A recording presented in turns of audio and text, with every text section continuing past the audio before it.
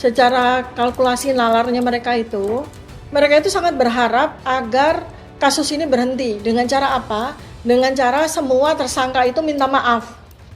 Dengan cara semua tersangka itu minta ampun, minta maaf gitu. Artinya mengakui kesalahan, telah melakukan penelitian, telah melakukan investigasi gitu ya. Saya katakan sebagai peneliti, saya tidak melakukan kesalahan. Sebagai warga negara, saya menyampaikan pendapat saya. Dan itu dilindungi oleh Undang-Undang Dasar 1945. Jadi tidak ada alasan sedikit pun bagi saya untuk meminta maaf kepada siapapun.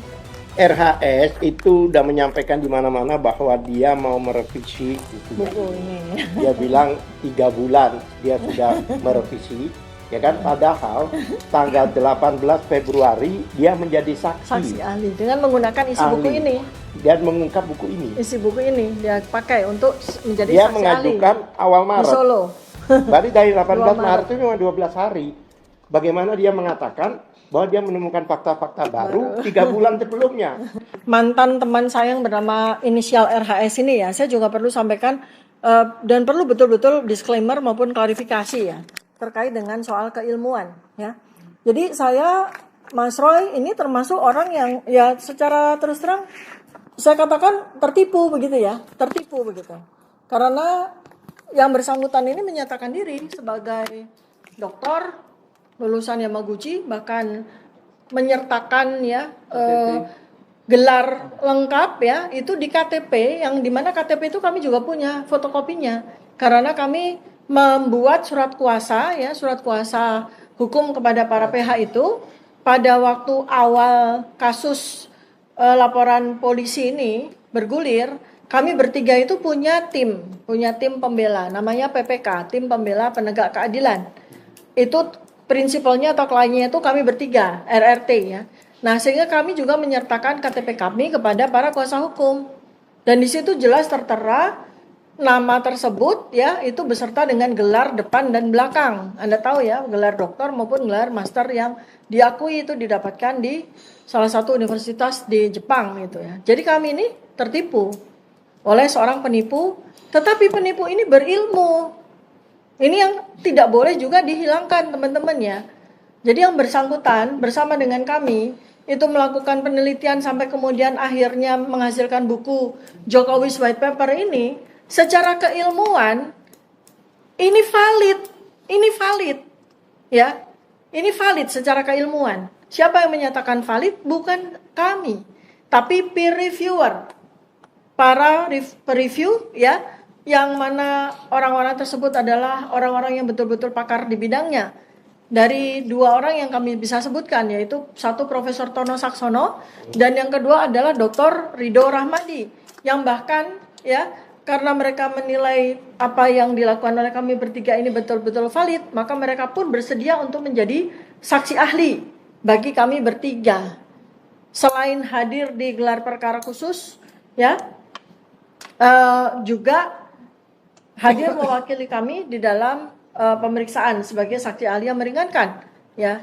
Jadi mana mungkin sebuah karya oleh 3 orang yang berilmu begitu ya, itu kemudian di counter oleh salah satu dari 3 orang ini ya, kecuali apabila memang ada sebuah tekanan yang besar sekali kepada yang bersangkutan, yang tadi dugaannya itu disampaikan oleh Pak Al-Katiri atau apapun ya. Tapi yang jelas adalah bahwa manuskrip atau hasil penelitian yang tertuang dalam buku Jokowi's White Paper ini selain valid secara keilmuan ya, juga sudah menjadi bukti hukum ya, di bawah sumpah 2 kali pula.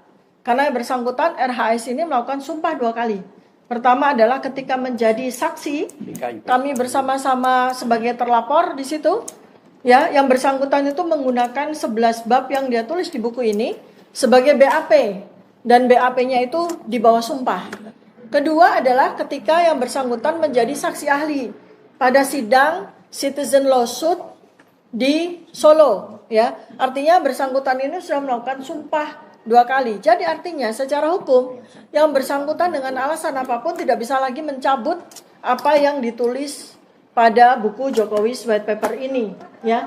karena itu sudah menjadi sebuah evidence based research dan sebagai bukti hukum, ya. Sekali lagi saya tekankan bahwa yang melakukan validasi atas hasil penelitian kami yang tertuang dalam buku Jokowi's White Paper ini bukan kami, tetapi para ahli. Ya, para ahli yang namanya sudah berkategori internasional, ya, baik Profesor Tono Saksono maupun Dr. Ridho Ramadi. Bahkan Profesor Tono Saksono sudah membuat video untuk memberikan kesaksian ahli bahwa karya kami ini karya ilmiah yang valid, ya. Kemudian saya juga ingin melakukan disclaimer sekaligus juga penyelarasan informasi karena yang disampaikan oleh RHS ini pada beberapa video yang dia upload di sosial media itu menyesatkan, ya. Jadi buku ini ditulis oleh 3 orang dengan proporsi. Pada awal kami berencana untuk membuat buku Jokowi's White Paper ini 500 halaman, di mana 200 halaman itu adalah RHS, 200 halaman itu saya, Dr. Tifa, dan 100 halaman adalah Pak Mas Roy Suryo, ya. Tetapi ternyata pada perjalanannya selama 1 bulan, RHS memaksakan kami untuk memasukkan kurang lebih 11 bab sehingga dia kemudian menggeser kuota saya maupun kuotanya Mas Roy Suryo, ya, diambil oleh dia sebanyak 400 halaman lebih. Nah, kemudian bukan secara kuantitas, tetapi kalau kita menilai sebuah karya ilmiah itu kita harus menilai secara kualitas, ya. Dari 21 bab yang ada pada buku ini, Mas Roy Suryo itu menulis 6 bab atau 30% dari keseluruhan buku. Jadi kontribusi dari Mas Roy Suryo itu sangat kontributif, ya, signifikan. Tidak ada artinya 100% tanpa ada 30%. Saya menulis 4 bab kurang lebih sekitar 20%. Walaupun secara halaman saya lebih banyak, tapi secara kontribusi Mas Roy Suryo itu memberikan kontribusi lebih banyak secara kualitas. Sebanyak 30%, saya 20% dan 50% diambil oleh RHS. Sehingga di sini pun juga terlihat bahwa sulit bagi RHS untuk mencabut apa yang sudah dia tulis sebagai sebuah penelitian pada buku Jokowi's White Paper. Apalagi dengan penuh percaya diri, dia juga yang menggunakan buku Jokowi's White Paper ini, 11 bab itu sebagai BAP-nya ketika menjadi terlapor, ya. Jadi ini sudah confirm, ya, teman-teman, ya. Untuk masyarakat Indonesia yang sudah memiliki buku ini sebagai koleksi, jangan dibakar, jangan dibuang. Karena buku ini adalah buku catatan sejarah, catatan ilmiah yang insya Allah nanti akan sangat berguna bagi bangsa dan negara ini. Kemudian isu yang ketiga yang perlu kita klarifikasi adalah, perlu saya tambahkan. Oh ya, silakan. Atau mungkin selain Bang Ramdan ada, ya Bang, ya silakan Bang Ramdan. Jadi sebenarnya dalam, kalau teman-teman menyimak hermeneutika, bahwa tugas pengarang itu sudah selesai ketika buku itu jadi. Jadi kembali lagi yang berperan itu adalah pembaca. Nah, ketika pembaca ini melihat ini semua, termasuk RHS tadi menjadi pembaca, dia boleh bersikap, oh saya kemudian kemarin yang tulis itu tidak tepat. Tetapi juga pembaca yang lain bisa mengargumen, punya argumen yang berbeda. Untuk itu kita meminta teman-teman baik netizen ataupun yang lainnya, silakan baca daripada dibakar, tetapi kemudian memberikan catatan apakah yang ditulis oleh RHS itu atau kemudian dengan Dr. Tifa dan Prof. Suryo itu kemudian benar atau kemudian valid atau kemudian reliable. Dalam metode penelitian pasti valid dan reliable menjadi penting.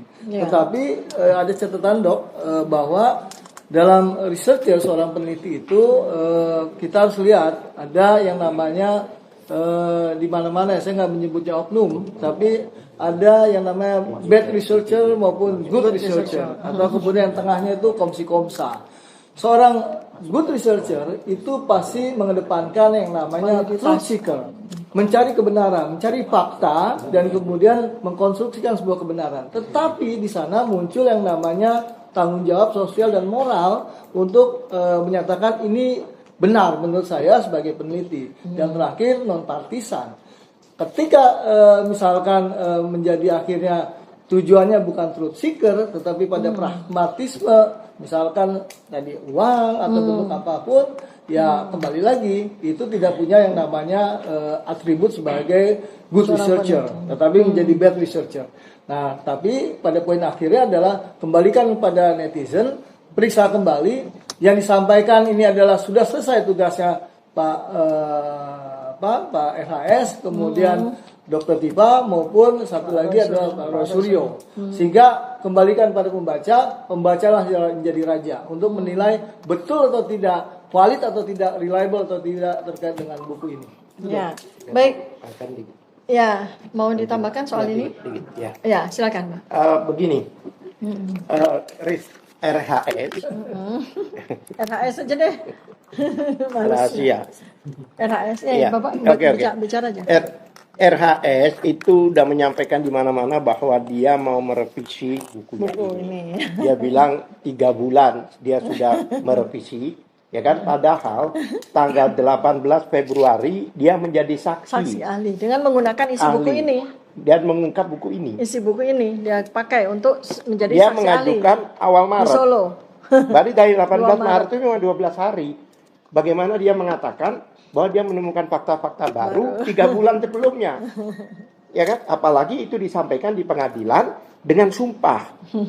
Yang mana ini melanggar KUHP yang baru. Ya. Pasal 373. Berarti dia menyampaikan sumpah palsu.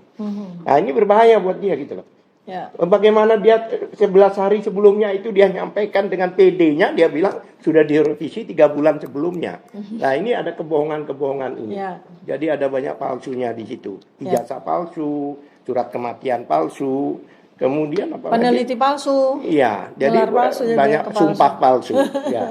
Jadi banyak palsunya di sini. Jadi memang jadi jauh yang palsu-palsu jadi jauh sama kita, Pak. Iya, iya, mungkin palsu dengan palsu. Palsu dengan palsu. Original dengan original mungkin begitu. Itu dia. Ya, baik. Nah, kemudian saya juga ingin menyampaikan ya bahwa sekali lagi saya Dr. Tifa itu tidak quit ya dari apa yang memang harus saya hadapi ini ya. Saya bertanggung jawab atas hak saya yang sudah saya gunakan untuk menyampaikan pandangan saya dan hak saya sebagai hak sekaligus kewajiban saya, tanggung jawab saya sebagai peneliti untuk menyampaikan kebenaran. Saya tidak pernah quit ya, saya tidak pernah satu kali pun mundur atau keluar satu langkah pun ya terhadap bagaimana kita bersama-sama berjuang untuk menegakkan keadilan, kebenaran bagi negara ini ya. Jadi buktinya adalah bahwa dalam masa di mana saya dinyatakan saya saya bersembunyi atau saya merapat ke Solo atau saya hilang dan sebagainya, ada 2 karya yang saya tulis di sini. Bahkan ini adalah Jalan Samurai, ini adalah pemikiran saya, Dr. Tifa. Dan yang kedua adalah Otak Politik Jokowi, yang oleh netizen dinyatakan ini sebagai buku Jokowi White Paper Jilid 2. Artinya di sini adalah bukti bahwa saya tidak mundur satu langkah pun. Bahkan saya terus menyampaikan kebenaran, istiqomah untuk memberikan informasi dan sekaligus berbagi ilmu kepada masyarakat melalui buku-buku ini ya. Dan kemudian berikutnya lagi adalah bahwa ada sebuah yang menurut kabar dan juga disampaikan oleh RHS sendiri bahwa dia punya kewajiban agar bisa memperoleh SP3. Salah satunya adalah menarik buku-bukunya dia. Artinya menarik buku-bukunya dia punya buku sendiri yang berjudul Gibran's Endgame ya, Gibran Endgame, maupun bagian dari buku Jokowi White Paper. Saya nyatakan di sini, dia tidak punya hak untuk melakukan penarikan apapun terhadap sebuah karya ilmiah yang sudah teruji oleh peer review. Jadi tadi seperti yang Bang Radan sampaikan, tugas kami sebagai peneliti berhenti ketika penelitian ini sudah menjadi buku ini, ya, sehingga kami tidak punya hak lagi atas apa yang terus dalam buku ini. Dan kalau dia menganggap bahwa ada beberapa hal yang perlu direvisi, pasti itu bukan 11 bab. Mungkin ada yang perlu direvisi bab 1 atau bab 3 atau bab 5, tapi tidak 11 bab. Kalau dia menyatakan bahwa 11 bab ini salah semua, ya berarti dia orang yang sama sekali tidak punya kapabilitas. Sehingga ini juga menjawab spekulasi yang disampaikan oleh beberapa netizen bahwa RHS ini sengaja diberikan jalan untuk RJ untuk nantinya kalau seandainya persoalan laporan polisi Jokowi ini bergulir sampai kepada sidang, maka RHS ini akan menjadi saksi ahli melawan Mas Roy Suryo, dia tidak punya kapabilitas. Saat ini pun dia sedang dilaporkan dalam peristiwa pemalsuan ijazah, ya, gelar, ya. Sama sekali orang ini tidak punya kredensial. Dan kalaupun waktu itu bersama-sama dengan kami melakukan penelitian dan menulis buku ini, pada saat ini beliau posisinya itu masih seorang yang berilmu, tetapi malangnya melakukan penipuan bahkan terhadap kami dan terhadap para pihak kami dengan KTP yang memuat gelar palsu tersebut, ya. Nah, jadi sekali lagi ini juga untuk menyampaikan kepada masyarakat bahwa tidak bisa seorang RHS itu kemudian diberikan pengampunan dengan RJ lalu SP3 lalu kemudian dia dipasang sebagai ahli untuk mengcounter apa yang dia tulis sendiri. Itu sama sekali tidak masuk akal. Apalagi untuk mengcounter seorang ahli doktor asli, ya, yang bernama Dr. Roy Suryo. Ya, jadi itu yang perlu saya sampaikan di sini kepada para media sekalian, termasuk masyarakat Indonesia. 50 miliar. Nah, terakhir ini ada isu yang baru bergulir juga, ya. Itu tentang uang 50 miliar yang katanya sudah diserahkan kepada kami. Ini saya katakan di sini bahwa itu sama sekali tidak betul. Itu adalah fitnah. Fitnah yang sangat keji terhadap kami, ya. Satu, ya, kami tidak menerima sepeser pun uang dari siapapun, ya. Kami sama sekali tidak punya bohir. Kami bekerja berjuang dengan jeripaya kami sendiri. Artinya juga siapapun juga yang akan menawarkan uang mau berapapun juga, salurkan kepada rakyat yang masih menderita. Salurkan itu sebagai sedekah, salurkan itu sebagai bantuan untuk biaya pendidikan anak-anak kita yang ada dalam keluarga miskin yang perlu dibantu. Tidak usah diberikan kepada kami sebagai bentuk apapun untuk membuat kami menjadi lemah dalam perjuangan ini. Baik, mungkin ada yang ingin disampaikan Pak Al-Katiri, Pak Burhan? Belakang teman-teman. Teman-teman yang lain, cukup ya? Bang Denny? Cukup ya? Baik, demikian yang kami sampaikan kepada media semuanya, juga kepada masyarakat. Mungkin apabila ada pertanyaan, silakan. Ya. Selamat malam Bu, Pak. Saya dari Kumparan. Mungkin penegasan ulang lagi boleh ditegaskan dok statementnya apakah dokter menunjukkan RJ atau tidak. Kalau tidak memang mungkin boleh ditegaskan statement penolakannya seperti apa. Ya, saya sampaikan ya bahwa sekali lagi sebagai penegasan bahwa saya belum pernah dan tidak akan pernah insya Allah untuk mengajukan restoratif justice kepada siapapun. Karena yang terjadi pada saya selama kurang lebih 1 tahun ini adalah kriminalisasi atas karya ilmiah, atas pekerjaan saya sebagai peneliti. Sehingga saya tidak perlu harus minta maaf kepada siapapun. Ya. Any question? Ya, silakan. Saya dia dari cumi.com. Perihal tadi telepon palsu atau mungkin atas nama ibu, mungkin apakah ibu ada rencananya untuk melaporkan balik gitu? Ya. Lalu mungkin sudah ada konfirmasi pula ke pihak yang sebelumnya 2 orang nama tersebut, seperti apa sih respon mereka atas penolakan dari ibu sendiri? Ya, saya rasa pertama langkah yang kami lakukan adalah menyampaikan ya kepada masyarakat Indonesia melalui Anda semuanya ya, melalui media bahwa ada sebuah tindakan yang dilakukan ya mengatasnamakan saya oleh seseorang yang tidak bertanggung jawab ya, itu adalah tidak benar sama sekali ya. Tetapi kalau seandainya ternyata hal tersebut dilakukan berulang kali dan seterusnya, mungkin kami akan mengambil tindakan hukum gitu ya Pak. Ya kita Begitu bisa ya, pertimbangkan ya. untuk itu. Cuma kita kalau menanggapi hoax kayak gitu itu buat apa? Ya gitu. Kecuali apabila ya, memang kecuali betul, kita nggak ada kerjaan gitu. Kita Sekarang sudah tidak ada perihal foto palsu tersebut seperti apa? Itu sudah memang yang sana sudah tidak ikut lagi, maksudnya dalam arti tidak menghubungi ibu perihal RJ lagi kah atau bagaimana? masih 1 hari yang lalu ya.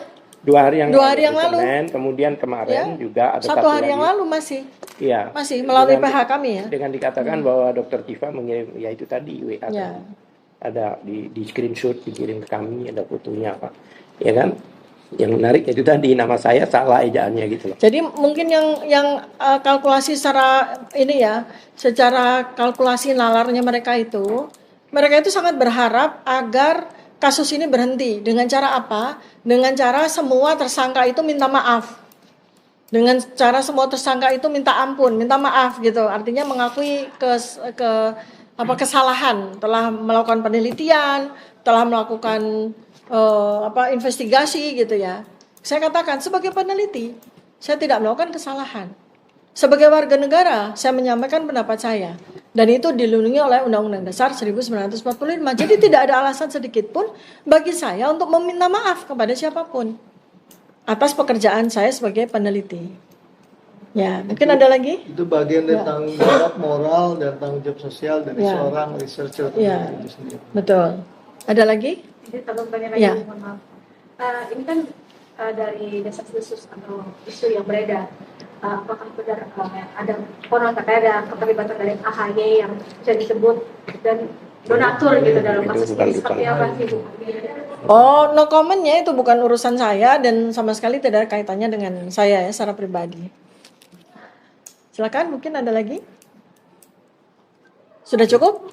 Cukup. Saya statement terakhir ya, saya perlu sampaikan untuk kawan-kawan, terima kasih untuk menahan sedikit untuk kemudian melakukan konfirmasi kepada kita semua. Ada nanti koordinator Pak Kartiri maupun langsung ke Dr. Tiba atau Roy Suryo, karena posisi cepat tetapi tidak tepat itu membahayakan dan juga bisa, tadi sudah disampaikan Dr. Tiba bahwa fake news, kemudian nomor telepon yang fake juga, nomor telepon yang kemudian tidak benar itu sebenarnya justru menggiring teman-teman melakukan kesalahan. Nah, untuk itu terima kasih kembali bahwa menahan kemudian merefleksikan benar nggak Dr. Tifa ini melakukan RJ itu suatu yang sangat kita apresiasi, Dok. Iya. Terima kasih teman-teman, kehadirannya itu sangat membantu ya, karena dengan itu kita bisa klarifikasi, kita bisa tabayun, sehingga apa yang saya sampaikan yang teman-teman dapatkan itu betul-betul dari sumber primer, yaitu dari saya maupun dari PH saya. Selanjutnya mungkin pada hari-hari yang ke depan saya akan banyak mewakilkan statement maupun penjelasan dari saya itu kepada para PH saya ya, yang masing-masing sudah punya tupoksinya masing-masing. Ya. Mungkin satu pertanyaan, mungkin perihal kemarin pertemuannya di Solo, mungkin apa sih kurang lebihnya, apa memang untuk mengajak pihak ibu untuk berdamai kah atau seperti apa? Pertemuan itu nggak ada. Ajakan atau bagaimana bentuknya? Oh, saya tidak ada urusan ya dengan siapapun juga yang sudah pergi ke Solo ya. Saya tidak ada urusan, tidak ada koordinasi dan tidak ada juga feedback langsung kepada saya, sehingga saya tidak bisa menjawab pertanyaan tersebut ya, no comment ya. Ya. Baik, terima kasih banyak rekan-rekan media semuanya, masyarakat Indonesia. Mudah-mudahan apa yang kami sampaikan bermanfaat bagi kita semuanya dan menambah kebaikan bagi seluruh bangsa Indonesia. Terima kasih. Assalamualaikum warahmatullahi wabarakatuh.